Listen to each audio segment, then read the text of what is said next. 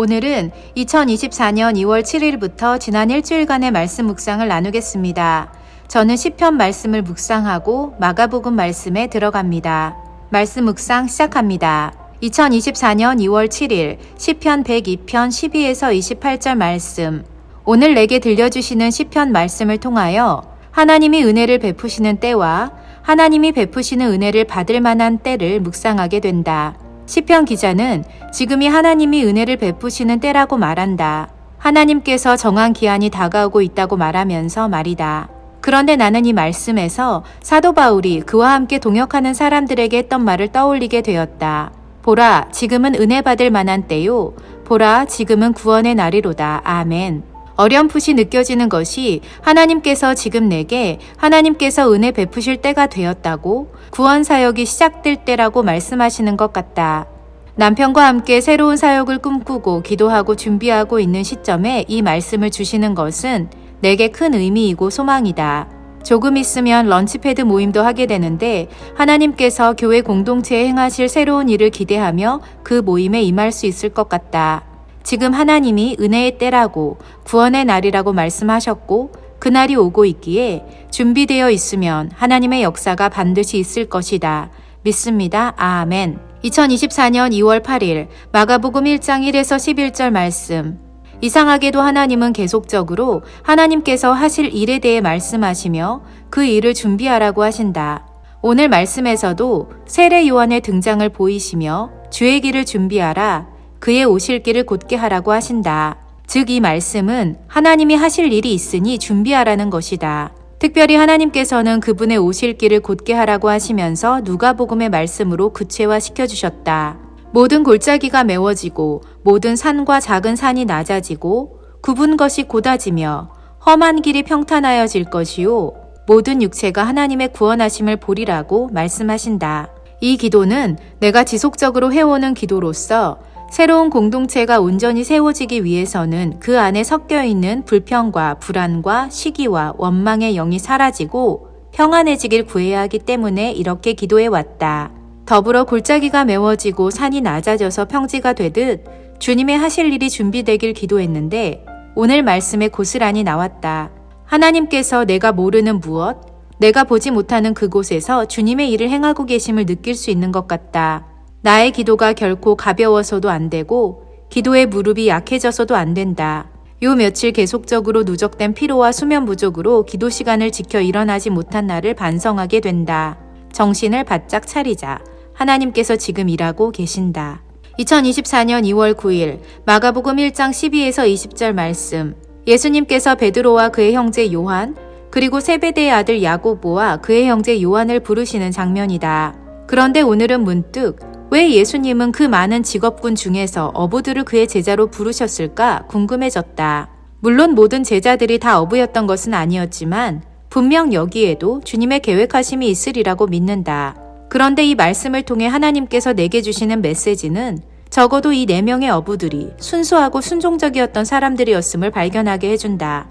이들 모두 예수님이 그들을 부르셨을 때 그 즉시 그물을 버려두고 예수님을 따랐다. 그물내릴 준비를 다 했음에도 불구하고 또 그물질을 함께하기 위해 자신들의 아버지가 배에 타 계심에도 불구하고 예수님의 콜링에 앞뒤 가리지 않고 순종했다. 새삼스럽게 신기했다. 이들이 이 정도로 순종적이고 순수했다니. 이 말은 그들이 예수님이 어떤 분이신지를 들었고 열린 마음이 있었기에 부르심을 받자마자 그분을 따를 수 있었던 것이다. 이것이 순수한 것이 아니고 뭐겠는가? 계산하지 않고 마음이 움직이는 대로 그냥 고 했던 것이다. 어쩌면 우리에게도 이 같은 순수함과 순종이 필요한 것은 아닐까? 주님께서 무엇을 명하시든 예스라고 하며 그분의 길을 따를 준비가 되어 있는 우리여야 할 것이다. 2024년 2월 10일 마가복음 1장 21에서 34절 말씀. 예수님께서 가버나움에서 본격적인 사역을 시작하셨는데 아이러니하게도 귀신 들린 사람이 예수님을 먼저 알아봤다. 회당에 있던 사람들은 예수님의 권위 있는 말씀에 놀라며 수군거리고 있을 때 귀신은 예수님을 정확히 인지하고 그 예수님에게 말을 걸었던 것이다. 즉, 사단의 영이 하나님의 영을 알아본 것이다. 이 말씀을 통해 영적인 일은 영적인 것으로 분별한다는 말씀을 실감하게 된다. 물론 하나님의 영과 사단의 영은 1차적으로 다른 것임을 알아야 하고 하나님의 일은 하나님의 영이어야만 분별이 가능하지만 기본적인 원칙은 영적인 존재가 되었을 때 또 다른 영이 무엇인지를 분별할 수 있다는 사실이다. 우리가 영적인 존재여야만 하나님의 영을 분별할 수 있고 또 사단의 영도 알아차릴 수 있게 된다. 세상에는 하나님의 영으로 살아가는 사람들도 있고 영적으로 사단의 노예가 되어 살아가는 자들도 분명 존재한다. 영분별을 통해 보다 정확하고 분명하게 영혼을 대할 수 있기에 더욱 민감하게 하나님의 세밀하심을 분별해 나가야 하겠다. 2024년 2월 11일 마가복음 1장 35에서 45절 말씀. 예수님의 치유 사역은 사역 초기부터 매우 중요했음을 보게 된다.